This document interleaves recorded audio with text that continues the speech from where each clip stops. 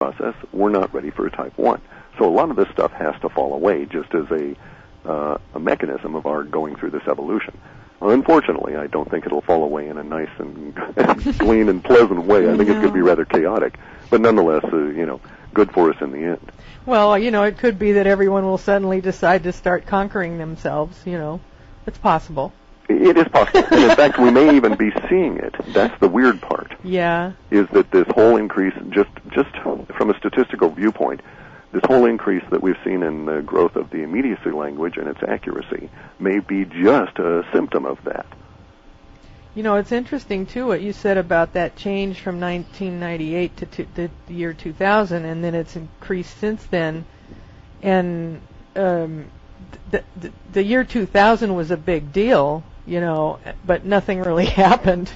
Yet, perhaps that prior 2 years was people thinking about that year and what would happen, and maybe that stirred up a little more consciousness around the place. It could be, but there's also deeper, stranger, more woo-woo components to that, and that is that 1998, and I think you can find it's March, correct me if I'm wrong on that, but one of the early months in 1998 was our official entry at the earliest possible point into the age of Aquarius.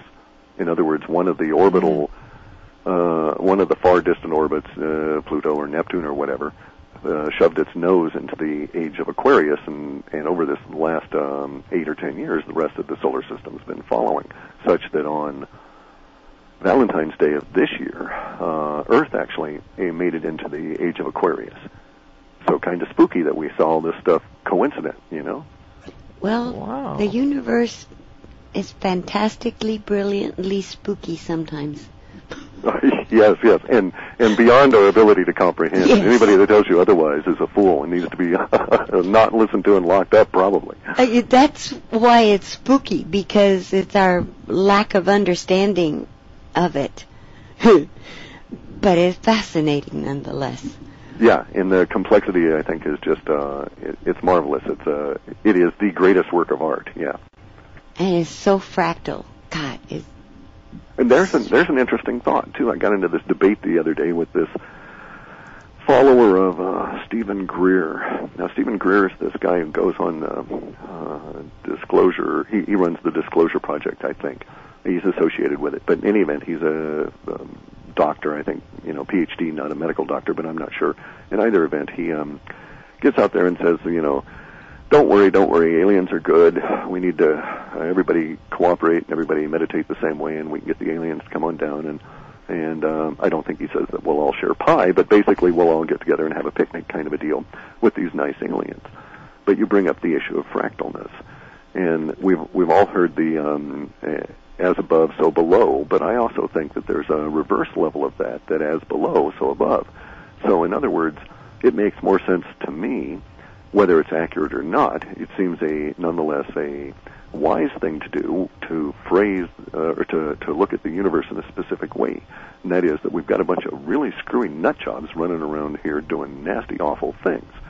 So there's no reason, since the universe is fractal, I'm presuming that there's components of the ET world or extraplanetary universal civilization that also has a bunch of really weird nut jobs running around doing not so pleasant things, perhaps a little bit more constrained, but nonetheless they're still out there.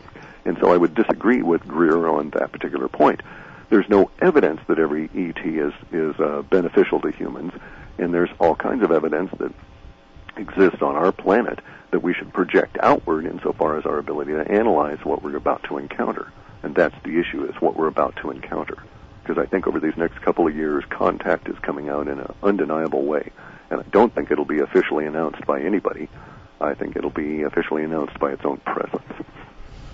Yes, in a big way. And I'm glad you brought that up, because there are places, well, what we see is on the internet, but there is this big idea of what you just spoke of, that people are going to be just lifted up out of the gloom here and taken up, and it's just going to be easy, and that has to be loved by the people that do not take responsibility and think, well, okay, I'm going to keep all my crud, but I'm going to be enlightened. How does that work? That doesn't work. Right. Right. It's kind of like, well, there's only one way to get that fish into the frying pan, and that's to scale it and clean it first. And that's not a good, not a pleasant process. Yes. But, you know, if you want fish, that's how you got to do it. So, that's a beautiful analogy. I love it. Well, it's along the lines of, you know, before enlightenment, chop wood, carry water. After enlightenment, chop wood, carry water, do the dishes, sweep the floors. Yeah, it's just done with a deeper understanding and loftier attitude. There you go. But that I don't have any doubt that, of course, everything evolves or becomes from the teeniest.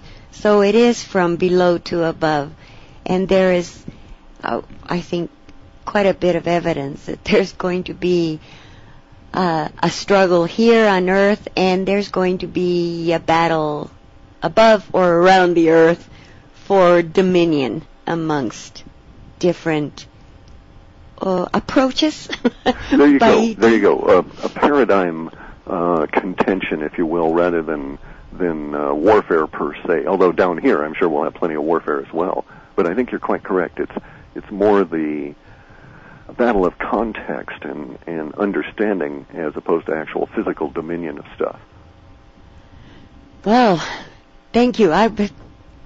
You put it so much better. Well, we actually see a lot of words here. I say we actually see a lot of this in the report or in the data, and so I'm just merely, to a certain extent, echoing back some of the language we've already encountered. Uh-huh. For instance, we have longer-term data that suggests around the alien wars of 2011 that war may not really be an appropriate term, but that we don't yet have one for that, and we really probably need to describe something of a very energetic battle of paradigms for dominance.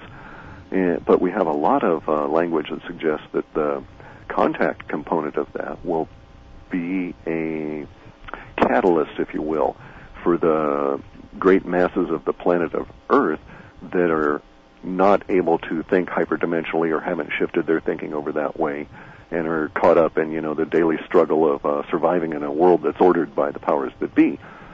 This whole thing is going to shatter in probably over the course of July of 2010 to July of 2011, such that by summer of 2011 we're smack into the alien wars. And it may actually not be shooting battles, but rather the war for paradigms is maybe we're at the point where there's acknowledged aliens trucking about and they make no bones about it, that kind of thing, and they just come on down, I don't know, as tourists or whatever, but the language would suggest that we actually have those images floating around of where you might be given a video, of say a crowd scene in New York or whatever, and be able to spot non-human terrestrial or non-terrestrial humans or humanoids walking around in that crowd. And so that didn't seem particularly warlike, but nonetheless we have a lot of words around contention and contest in the sense of not competition, but rather struggle. And it could refer to, if we really want to get into the archetype, it could be that it's humanity that's struggling within itself to accept all of this, and it's not really a situation of, a fist to the jaw kind of a struggle, but more an internal beating of the ego kind of a struggle. Makes sense? Yes. Very cool. All right, with that, Clif, we'll take another break. You're listening to Clif on Beyond the Ordinary. We'll be back right after this. Well, Clif is speaking of temporal, and our time here really goes fast when you're on, Clif, so... Well, maybe it's because we're hyperchroniac, we're living in that faster acceleration of time. That's a key thing in our Space Code for Identity. I mean, it's just come out of nowhere, and it's just gotten so solid, and it extends way into 2015 or beyond. So there are going to be people that will relate to this new energy in a way that is different, more harmonious than the rest of us, perhaps. And a lot of the language is all about time disappearing, so maybe so, yeah. But speaking of the temporal markers, we were talking earlier about all that stuff in September, the earthquake and then the terrorism, and we got both of those fairly accurately. And then we were off by a week, really, on the report of the storm. It's really hitting more now than on the 14th, although it started raining on the 14th. But anyway, those immediacy temporal markers that I was looking at back in August are part of a chain that lead us up to our October 25th and beyond. And October 25th for us is some form of it's a very key date, and I'm hesitant to say that there will be an actual event, but it may be a culmination of a whole series of events that lead up to that. But there's a very sharp turn in the language that occurs on that date. And one way we could liken it would be the sharp turn in language that occurred in, say, the Battle of Britain, when all of a sudden the British cities were being actively bombed by the Germans. Prior to that, there were all kinds of problems. The war was an issue, but there was their personal. The people of London, for instance, the battle of the air battle there, they were not at personal risk until the bombing campaign started, and from that point on, their lives were no longer the same. Now, we think that there's some similar sort of language in the sense of an emotional turn that will occur on the 25th of October, and it'll take us 10 days to digest. So we'll be in that sort of frame of mind for 10 days. Now, another way to look at it might be in a similar vein to the Cuban Missile Crisis, because that was a period of time where, I think for 6 days actually, everybody just sort of held their breath, and we're all in the same frame of mind waiting to see if in fact America and Russia would go to war, nuclear war likely, over Cuba. So we may be in a collective period of 10 and a half days where everybody's going to just kind of wonder how is it going to come out and so on. We think that the resolution on that, the point that it breaks, will be around November 4th or November 5th, and from then on we go into this jagged little period of time and for a little bit. And then we have a context change coming up in December. All of this is supported, if you will, or propelled by the emotional angst and anxiety that's building around the U.S. dollar. And it'll hit the masses, I think, around October 25th, but I don't know that impact of the dollar's fragility and its pending death, I don't know if that's the emotional trigger for what we see from the 25th on. It unfortunately might be a situation of diverting the energy. Got this friend of mine, Bob Hitt, who runs astroecon.com. Now, Bob does forecasts for the market based on astrology stuff, and he noticed an effect that there was astro, for instance, that would say the market's supposed to go down on this particular day, and it doesn't go down on that day. But what he did notice was that there might be some kind of a major headline-grabbing shooting instance, as an example. So you may have someone come and shoot up a camp